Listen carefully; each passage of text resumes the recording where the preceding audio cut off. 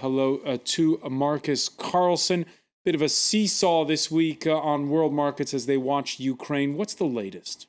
Well, we're seeing the stock markets on both sides of the Atlantic turning a little bit negative as investors, too, they're awaiting John Kerry and the potential comments that can come out of a meeting of foreign ministers here in Paris. We're going to start talking about the wider Ukrainian economy first, though, in business. The European Union is stepping in to help Ukraine's new leaders shore up their economy. Overall, the European Commission says the EU is ready to provide Ukraine with 11 billion euros. The aid package would consist of both loans and grants. Joe Tandy breaks down the figures for us and looks at how far the money will go. A day after the US proposed a billion-dollar aid package, European Commission President José Manuel Barroso took his turn to play the herald of good news for Ukraine's economy. The package combined could bring an overall support of at least 11 billion euros over the next couple of years. Of the 11 billion euros on the table, 3 billion will come from the EU Commission itself, 5 billion from the European Bank for Reconstruction and Development, and 3 billion more from the European Investment Bank. Of the 3 billion euros coming directly from the EU Commission's purse, 1.6 billion takes the shape of loans, with the remaining 1.4 billion coming as grants. The EU plans to spread the money over the period up to 2020, meaning only a small part of the package is for immediate use. The Ukrainian government said it needs more than 25 billion euros over the next 2 years to avoid bankruptcy. Beyond direct support for the Ukrainian national budget, the EU money will help pay for infrastructure projects like reforming the gas transit system, plus judicial and political reform. European leaders meet in Brussels on Thursday to sign off on the deal. Even then, the EU will need the green light from the International Monetary Fund before handing over large parts of the cash. Staying with the Ukraine crisis, Russia burned through $11.3 billion to defend the ruble on Monday. That's according to the Russian central bank. It stepped in to buy rubles to prevent the currency from falling further. There was panic selling as investors left the Russian currency on the news of Russia's intervention in Ukraine on Monday. The daily spend was 5 times higher than the previous daily record from 2011. Now, we talked about the European Commission a few moments ago. It had a busy day on Wednesday. The European Commission, you see, is placing France and its spending habits under close surveillance.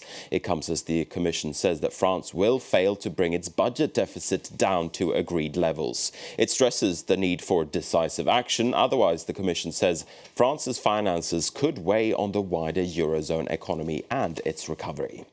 Now, meanwhile, the private sector in the Eurozone is growing at its fastest pace in 2.5 years. That's according to research firm Market and its Purchasing Managers Index for February. Both the manufacturing and services sectors are seen expanding, and it's seen as a fresh sign that the Eurozone is pulling away from the crisis. France is the only laggard. It's the only country in the Eurozone to report a contraction in business activity. We're going to take a closer look now at how the stock markets are faring. Then investors, as I was saying before, are keeping a keen eye on the Ukraine situation after a volatile week so far. This session, the American indices, they're quite steady after significant gains yesterday. It also comes on fresh signs that harsh winter weather has slowed the U.S. economy. This hour, the Dow Jones Industrial Average is down by around about a fifth. In Europe at the close, the markets were in negative territory. It follows strong gains on Tuesday. The FTSE 100 in London was down 0.7%. And if we look at some individual corporate news stories, Carrefour was the biggest winner on the CAC 40 on Wednesday, with the shares gaining 4.4%. It came as the world's second largest supermarket group reported a rise in annual profits. Carrefour's net profit for 2013 was 1.26 billion euros. The retailer was helped by strong growth in South America and a recovery in its home market, France. Shares in Standard Chartered were down as it reported a fall in full-year profits for the first time in 10 years. The London-based lender made just under $4 billion last year, 16% less than 2012. Most of the bank's profits come from Asia, the Middle East and Africa.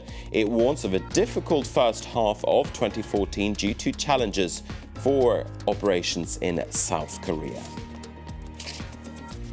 And the competition watchdog in Italy has slapped Swiss drug companies with a fine for tricking consumers to buy more expensive drugs. Novartis and Roche have been told to pay 182 million euros.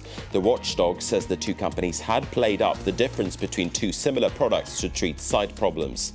The allegation is that they steered consumers towards the more expensive products. Novartis rejects the accusation. Okay, that is the business news for now, and I'm going to throw it back to you, Francois. All right, many thanks, Marcus Carlson, with all the day's